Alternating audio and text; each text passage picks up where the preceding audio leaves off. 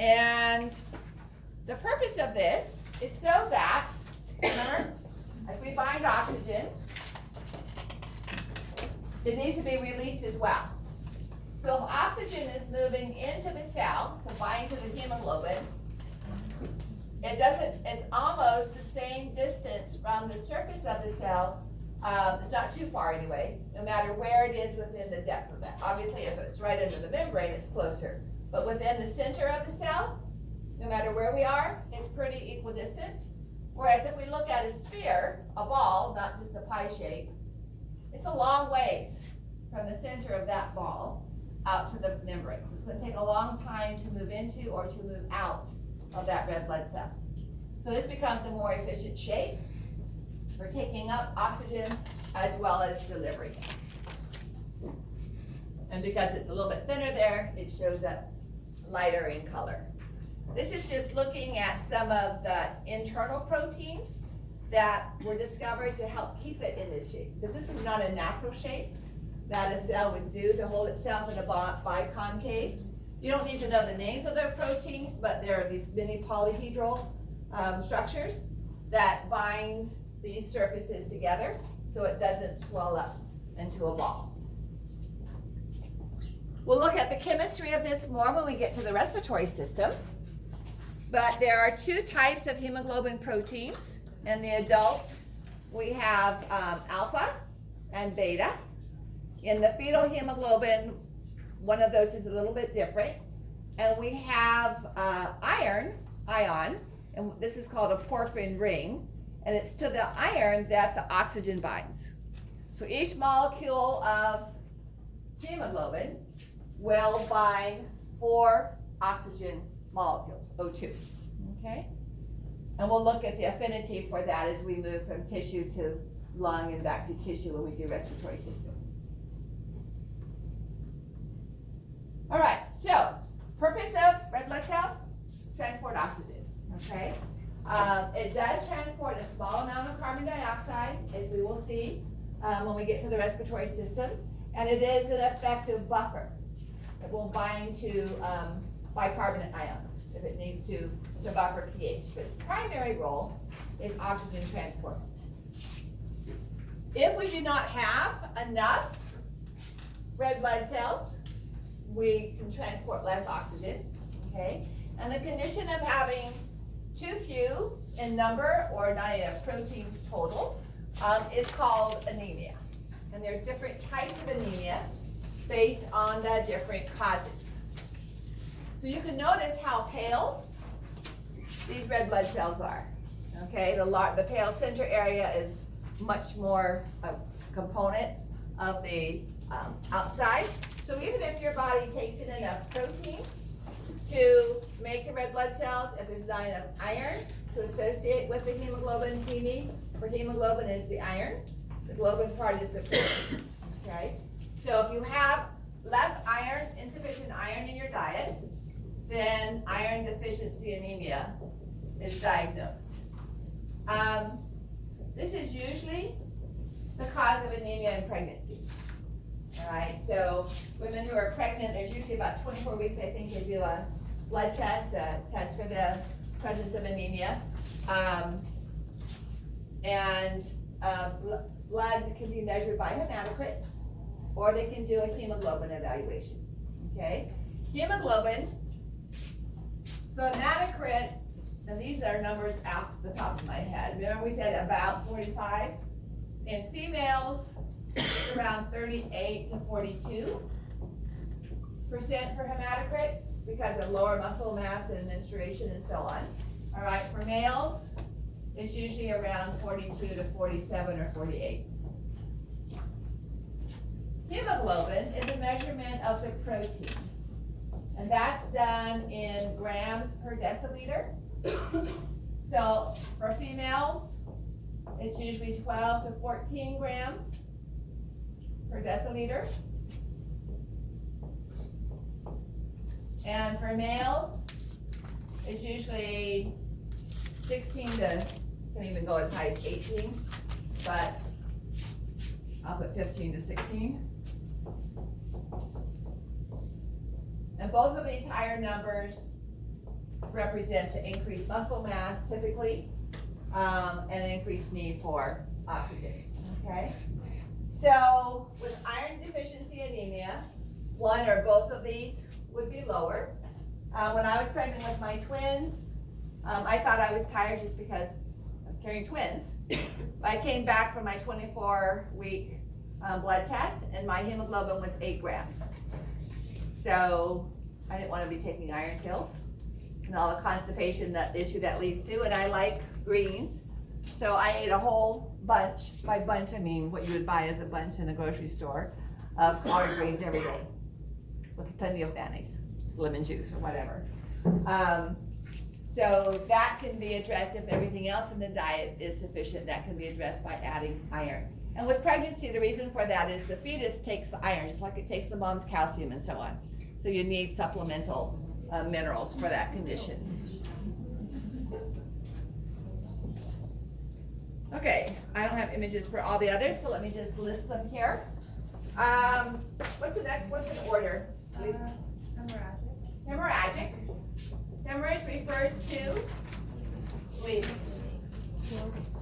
All right, so some type of traumatic injury where you lose blood, as well as, ever heard of malaria? And black water malaria is where the red blood cells are ruptured because of the life cycle of the parasite that occurs in the red blood cells. So loss of blood cells either due to bleeding or to rupture is hemorrhagic anemia. So trauma, cutting a femoral artery, okay? Having a bleeding ulcer that you're not aware of.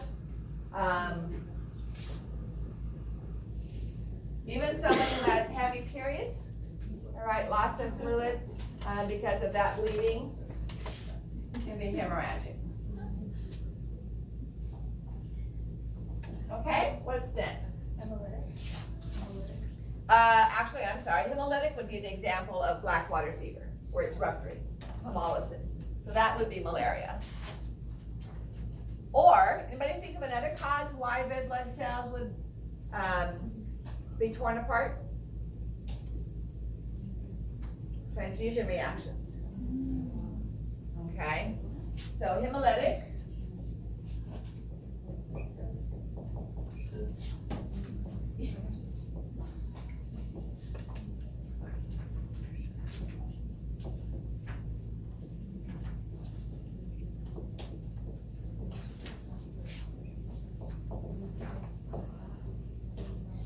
Now we saw in Bio 430 that we could cause red blood cells to rupture by putting them in hypotonic fluid. You got a lot of trouble if your blood is so hypotonic, your red blood cells are rupturing. There's going to be a whole lot of problems with sodium and potassium before we get to that. Okay, next type. Aplastic. This is often unknown, but it's the cause, but it's usually some type of damage to the stem cells. So loss of stem cells. So those pro-nitroblasts. It could be radiation. It could be chemical exposure. Okay. Sometimes they don't even know what the cause is. Next one. Iron deficiency. Okay, I have iron deficiency up there already. That's dietary. Pardon? Pernicious. Okay. Pernicious anemia has to do with the inability of the body to absorb, or I should maybe rephrase it. It's a lack of vitamin B12. So, whereas iron deficiency is not having enough iron, pernicious anemia is not being able to absorb the protein that's in your diet, okay? And the vitamin B12, not just brain protein, but specifically vitamin B12, which then allows the body to utilize the protein synthesis. So you're not making as much hemoglobin because your body's not taking in vitamin B12. Two causes. One is your stomach makes a chemical, a molecule known as intrinsic factor, which is required for vitamin B12 absorption in the digestive tract. If someone has had extensive gastric bypass surgery, where 2/3 of their stomach has been removed, they're not gonna have enough intrinsic factor, okay? Vitamin, intrinsic factor, lost, but vitamin B12 itself, if you don't have vitamin B12 in your diet, then you can get pernicious anemia. So you can have pernicious anemia by not absorbing the vitamin B12 in your diet because you don't have the intrinsic factor in your stomach, or you can get pernicious anemia by a decrease of vitamin B12 in the diet. Vitamin B12 can only come from animal sources, okay? So if an individual is a vegan, now I'm a vegetarian, but I'm a lacto-ovo-vegetarian, okay?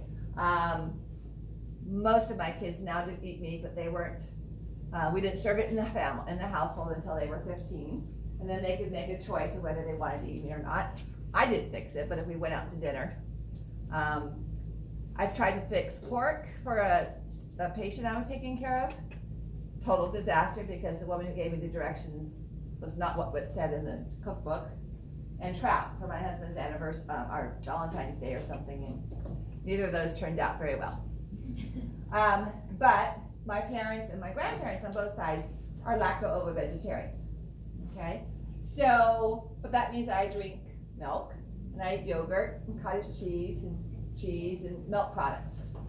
So I get plenty of vitamin B12 from those animal components. A person who's a vegan, who is no milk product or eggs or any kind of animal food at all, would have to take vitamin B12 by pills, okay? And those still have come from an animal source, but they've been purified. Now, if you're missing the intrinsic factor, taking vitamin B12 by pills isn't going to work because you're not absorbing it in your diet, you're not going to absorb it from a pill, okay? So the only way to get the vitamin B12 if you're lacking the intrinsic factor is an intramuscular injection, okay? Now I always tell a story when I get to this point. It has nothing to do with vitamin B12, but it does, well, it does, but it doesn't. So there is a very first medical case where RNA, what's the word I want to use? You know, you can trace parentage from DNA. You can trace parentage from viruses from their RNA. So what strain of virus came from where? This is the first time it was used in a legal case. This woman was dating, she was married, she was having an affair with a guy who was married, obviously. And it went on for several years, like over 5 years. And she wanted to break it off because she had left her husband and gotten a divorce with the intent that he would leave his husband and get a divorce and they would get married. But he never did.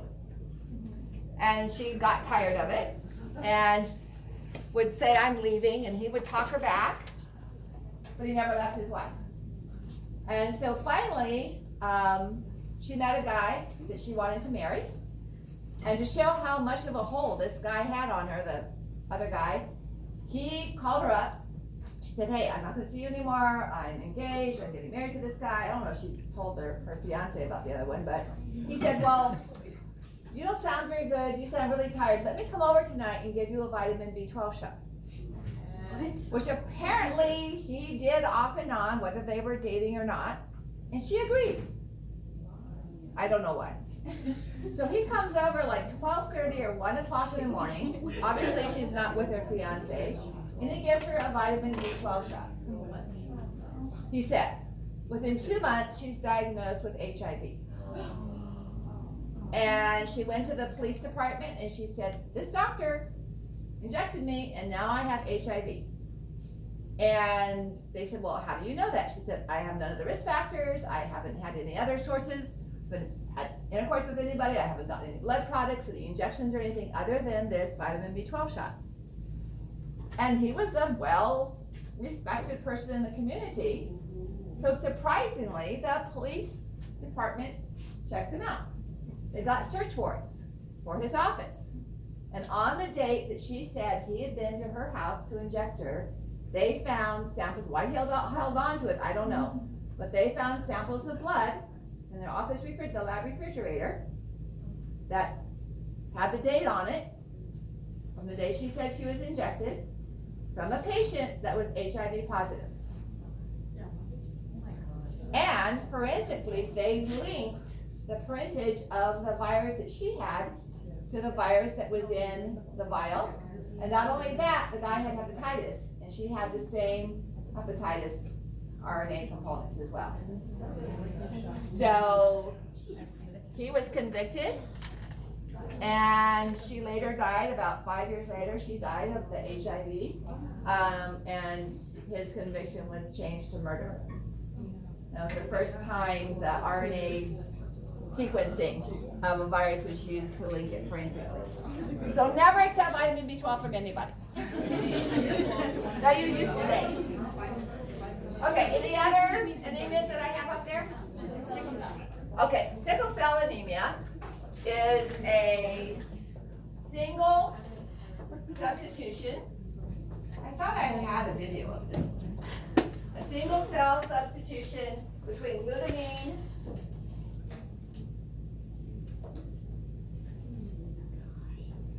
and valine.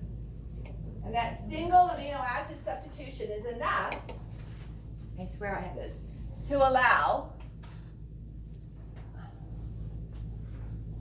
maybe I don't, okay, to allow red blood cells when they are under low oxygen tension. Okay, so when there's less oxygen dissolved in the blood, these red blood cells will go from this shape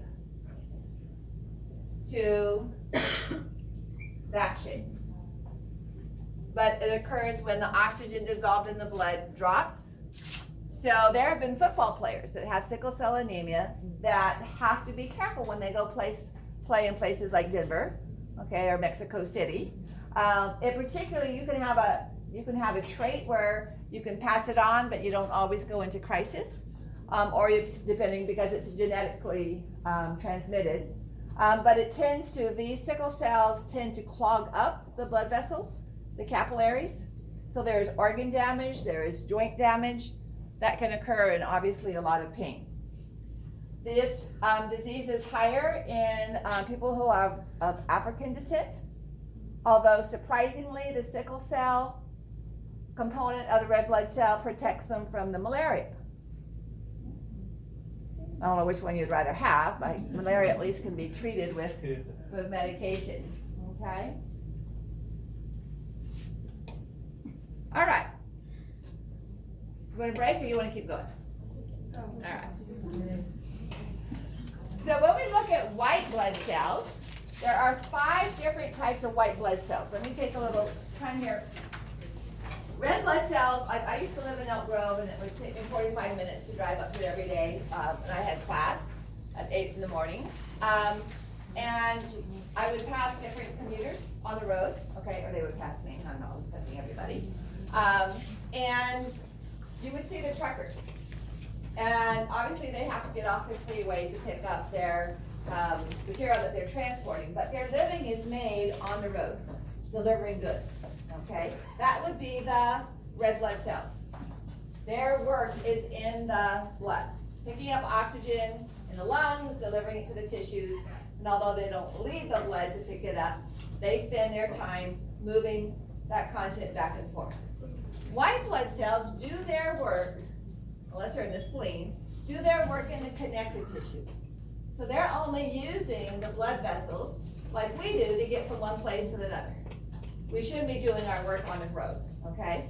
We're supposed to stay off of our cell phones and not operate computers and type papers while we're driving. So we get on surface streets and the freeways to get from one place to the other. That's not where we live. And our job or our school is in some other location. Our cars are just to get there.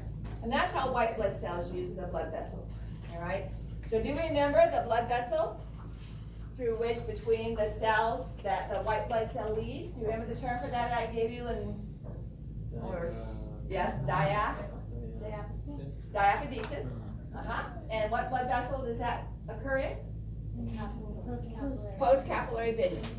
Okay, so that's if there's an inflammation, a cut, an infection, it's between the cells of the post-capillary vein, the simple squamous cells, the white blood cell will squeeze out. If you don't remember what I'm talking about, I'll draw a picture. and it's the postcapillary venule. This is diapedesis. And it's the postcapillary venule that has the leaky cell junctions that allows this to occur. Okay? So, we have 5 different types of white blood cells that have a unique appearance and function. And they are described in 2 groups, granulocytes and agranulocytes. This refers to the granules that can be seen in the light microscope. And they have specific staining. So eosinophils means that they pick up a pink or a red dye. Basophils means they pick up, the granules do, a blue or a dark purple dye. And neutrophils are a very, very faint pink. They stay in a more neutral pH rather than an acidic or a basic pH. Okay? And then we have 2 cells that, at least in the light microscope, we don't see granules. Those are lymphocytes and monocytes. We're going to go through the function of these not as granulocytes or agranulocytes, but in the order in which they appear. Okay? As far as the most frequent. So about 70% of all of our white blood cells are neutrophils. If you work in a lab at a medical center, they're often called polys, which stands for polysegmented nucleus. We'll see why in a moment. And one other generalization before we look at specific cells. All of these cells, except basophils, are phagocytic. Okay, which means they all internalize. They're defense cells, and they all internalize some form of bacteria or viruses through endocytosis, phagocytosis. All right, so let's finish up by looking at the different types. So notice the range is about 5,000 to 10,000, okay, per cubic millimeter, which is the same as a microliter, mm cubed, or a microliter is the same. So neutrophils, as I said, are the most common, usually around 70%. And the reason they're called polys is because they have a single nucleus with multiple lobes, but it's segmented. So you'll see it as kind of they'll all come back together in these thin little strands.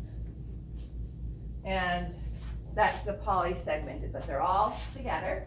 And they have granules, but they're small, okay? So a faint, very fine,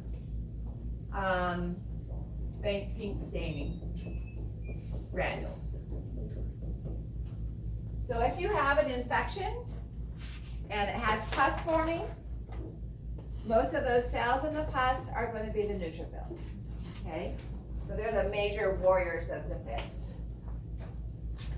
The granules are various chemicals that they use to break down whatever microbes they ingest, and also chemicals that they release to attract other white blood cells. Okay, so they recruit additional white blood cells to help them with the inflammation. You can see that they're a bit larger than the red blood cells. Okay, red blood cells are around 7 microns. Well, these are around 15. 12 to 15. Okay, I guess I am doing them in granulocytes. So I guess I'll need to put the number up here. So these are number 1. Eosinophils are number 4 in frequency. So when we look for red blood cells in lab next week, we'll find eosinophils. Okay? They're a little bit smaller. And like basophils, they have a horseshoe-shaped nucleus. So when we look at these cells, they're going to be whole cells. We don't look at sections. We look at whole cells. And these have orange to red granules that are pretty large. But we can still see the nucleus even though the granules are, because they're red and the nucleus is blue. Eosinophils are elevated, particularly in parasitic infections, all right? So somebody who has malaria is going to have elevated eosinophils. But they also help to break down histamine. For the inflammatory response, we have mast cells that release histamine, and our basophils are going to release histamine. So they also help to remove the histamine.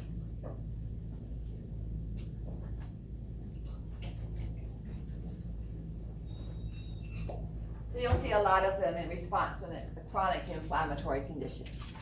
But if you're doing a differential white blood cell count where they're looking at the proportions of each of these, and there's a high number of eosinophils, you're gonna get asked if you've left the country, if you've gone to Asia or gone to Mexico or somewhere, whether you've been eating uncooked meat that might have parasites in it, or raw meat, as sources for those components. But they are also phagocytic, okay?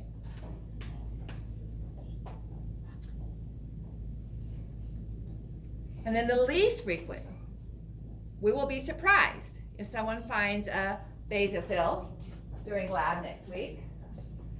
Like, these are number 5 in frequency. These also release histamine, so they're similar to mast cells. Histamine increases blood vessel permeability, so it's going to cause redness and swelling and all of that, okay? And basophils have a bilobed nucleus, a horseshoe-shaped nucleus, but their granules are larger and almost the same color as the nucleus. So it's impossible to see the nucleus often when we have a basophil. In fact, sometimes the only way to tell this is a basophil and not the next cell we're going to look at, which is a lymphocyte, is that the granules just under the plasma membrane will make the plasma membrane look irregular. And so you'll know that those are granules there, which makes this a basophil. Okay. It's also a little bit larger than lymphocytes, but everybody's so excited that 99 times out of 100 when a student calls me over and says, I have a basophil, it's a lymphocyte, okay? Which doesn't mean I don't want you to call me over. I'm sometimes wrong. See how irregular it is here? Not nice and smooth, because those granules are bulging that plasma membrane out. So this is the only white blood cell that is not phagocytic, okay?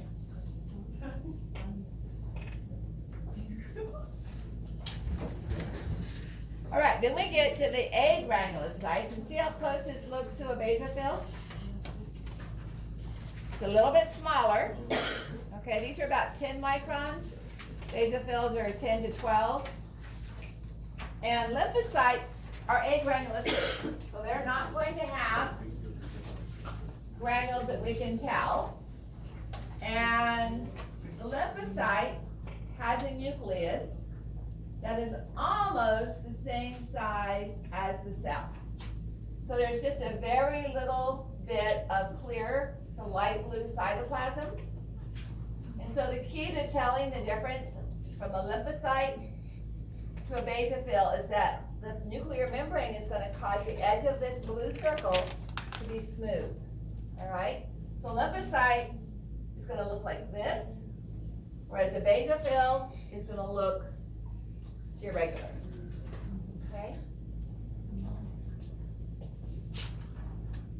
So up here you can see that little bit of clear cytoplasm and see how smooth that is. And same thing here. So the nuclear membrane has a much smoother edge to it than the basophils because of those granules. Now, we have 2 different types of lymphocytes. We have B lymphocytes and T lymphocytes. NK cells are a form of T lymphocytes, but we can't tell which they are in the blood. Once a B lymphocyte becomes a plasma cell in the connective tissue, we can tell, but when it's like this, they're gonna look the same, all right? So that's all I'm gonna ask you to identify it as, is a lymphocyte. And of course, this is what we're gonna spend our time talking about once we actually get to the immune system function. And then finally, the last one is a monocyte, which is very large. Okay, it's almost 20 microns in diameter, it's almost 3 times bigger than a white blood cell. Lymphocytes are number 2 in frequency. About 20% of the cells that you find are going to be lymphocytes. And number 3 are the monocytes. Now, you've already heard of monocytes because I talked about them, and I'm sure your 430 teacher talked about them if you didn't have me, because they become macrophages. So they will fuse with other monocytes because macrophages often have more than one nucleus. And not only do they become macrophages, but they share the same stem cell with another cell that contains a lot of lysosomes. Remember, these are doing phagocytosis. So they're going to be ingesting bacteria and breaking that down with the proteases of lysosomes. What other cell breaks down proteins, but instead of ingesting it, it dumps the proteases out onto the surface of the matrix?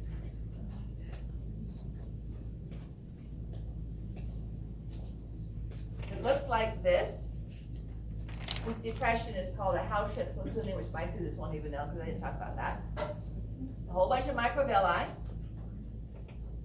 to increase surface area.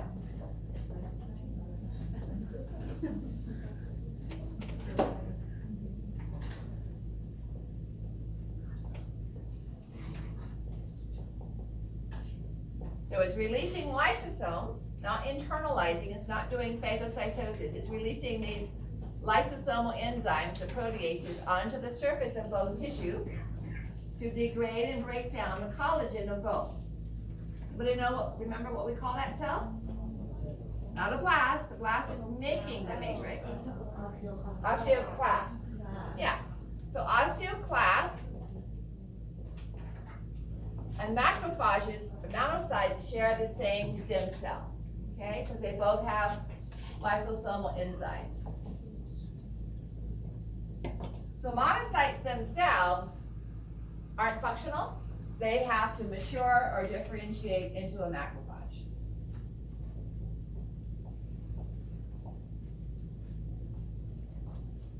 So monocytes and osteoclasts are, I don't know if you would call them kissing cousins, but they're cousins of a sort. Anybody remember where dendritic cells are found? Epidermis? No. Yes, in the epidermis. In the stratum spinosum, so that they can meet any viruses or bacteria that decide to make their way through, and then they will, once they've ingested bacteria viruses, they'll move to the lymph nodes. So part of a process that we'll talk about with the immune system. So lymphocytes and macrophages, B lymphocytes at least, and macrophages are both identified, as we'll talk about in our immune system component, as antigen-presenting cells. Meaning they ingest, they endocytose bacteria or viruses, break it down, and then present pieces of the bacteria or virus to the immune system to activate specific immunity. Okay?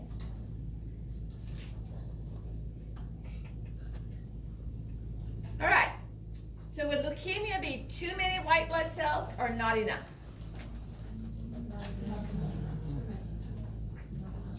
Leukopenia is not enough. Leukemia is too many. How can it be a bad thing to have too many white blood cells? Pardon? Is it attacking your immune? No. When the body produces too many, they are produced as immature cells, so they're not functional. Plus, they crowd out the red blood cells. So anemia comes along with leukemia. And then the body, because they're not mature, they're not functioning. So we have too many cells that are not doing what they're supposed to doing and crowding out the nutrition and blood support for functional cells. Okay? So this is myeloma. Anybody remember from Bio 430? What specific cell is involved here? What particular white blood cell are we producing too many of? Anybody remember from Bio 430 what these cells are? The light region is the Golgi. The dark blue is where we find ribosomes and ribosomal ER. It's a modified version of one of the cells that's up on the board.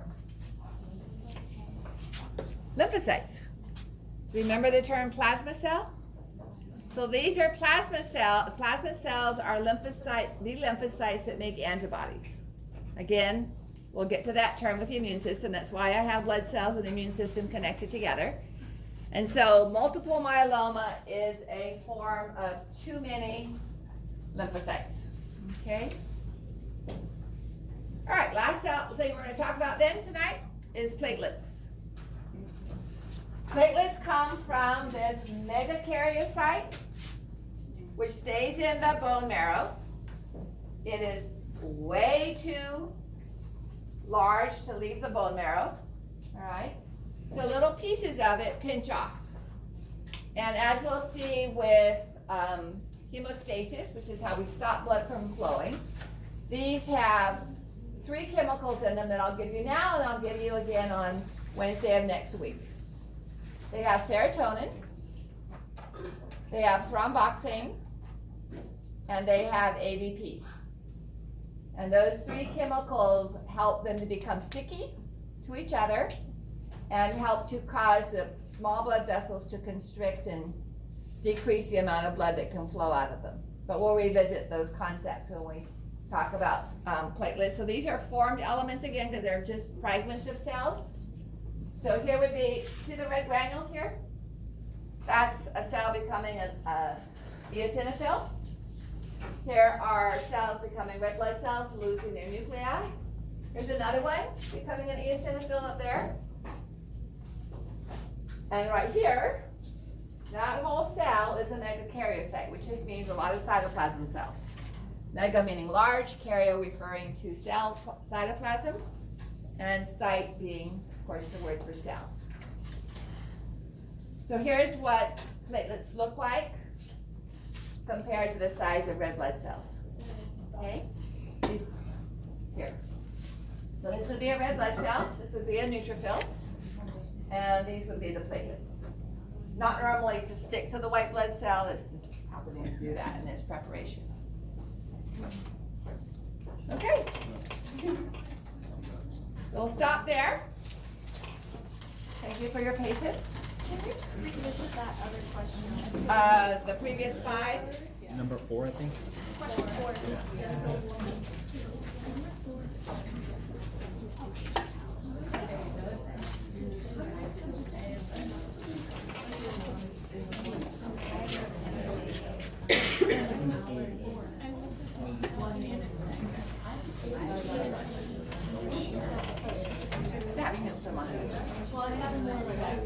Okay, before we do